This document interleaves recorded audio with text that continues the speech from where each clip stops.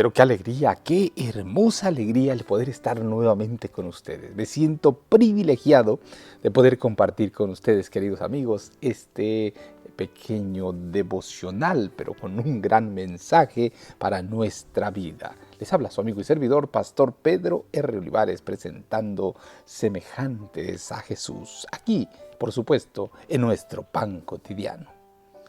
Hoy te presento: el trabajo y el estudio son beneficiosos tanto para la tierra como para la mente. Pero antes, busquemos a nuestro Dios. Querido Padre, en este momento te queremos agradecer por todas tus bondades. Gracias, Señor, por todos los regalos maravillosos e innumerables que tú nos has concedido. Guarda nuestra mente, guarda nuestro corazón. Señor, somos todos completamente tuyos. Gracias en el nombre de Jesús. Amén, amén y amén. Hoy precisamente te presento: el trabajo y el estudio son beneficiosos tanto para la tierra como para la mente. Y dice la palabra de Dios, Deuteronomios capítulo 10, versículo 14. He aquí, de Jehová tu Dios son los cielos, y los cielos de los cielos, la tierra y todas las cosas que hay en ella. La belleza de la naturaleza por sí misma aparta el alma del pecado y de las atracciones mundanas, y la lleva hacia la pureza y la paz y Dios. Por esta razón, el cultivo del suelo es un buen trabajo para los niños y los jóvenes. Los pone en contacto directo con la naturaleza y el Dios de ella.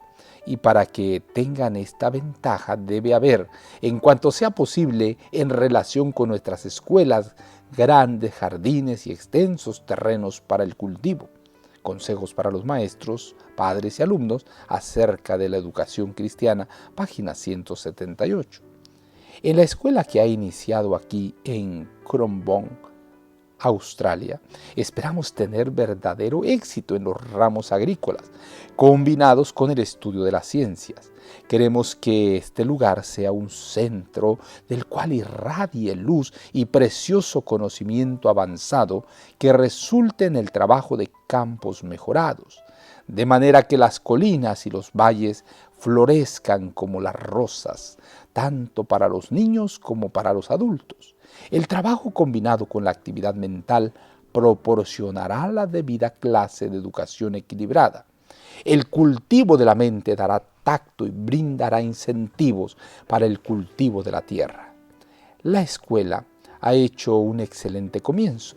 Los alumnos están aprendiendo a plantar árboles, fresas, es decir, cómo deben cuidar cada brote y fibra de las raíces sueltas para darle una oportunidad de crecer. ¿No es esta una muy preciosa lección sobre cómo tratar la mente humana y también con el cuerpo? No oprimir ninguno de los órganos del cuerpo, sino darles amplia libertad para hacer su obra. Debemos trabajar el suelo con alegría, con esperanza, con gratitud, creyendo que la tierra posee en su seno ricas reservas para ser acopiadas para el obrero fiel, más ricas que el oro o la plata. Con un cultivo adecuado e inteligente, la tierra abrirá sus tesoros para beneficio de la humanidad. El cultivo de nuestras tierras requiere el ejercicio de todo el poder del cerebro y del tacto que poseemos. Las tierras que nos rodean testifican de la indolencia de los seres humanos. Esperamos despertar a la acción de los sentidos dormidos. Esperamos ver agricultores inteligentes que serán recompensados por su ferviente labor. La mano y el corazón deben cooperar, poniendo en operación planes nuevos y razonables en el cultivo del suelo. Testimonios para los ministros, página 248 y página 247, marzo de 1901. Querido Padre, es impresionante, Señor, ver cómo cuidas todos los detalles. Y de manera especial, gracias por la instrucción que a través de tu sierva nos muestras en esta hora. Oh Padre eterno, guarda nuestras mentes, nuestro corazón y permite que el día de hoy podamos confiar totalmente en ti. En el nombre de Jesús lo agradecemos todo. Amén, amén y amén. Jehová te bendiga y te guarde. Jehová haga resplandecer su rostro sobre ti y tenga de ti misericordia. Jehová alce a ti su rostro y ponga en ti paz.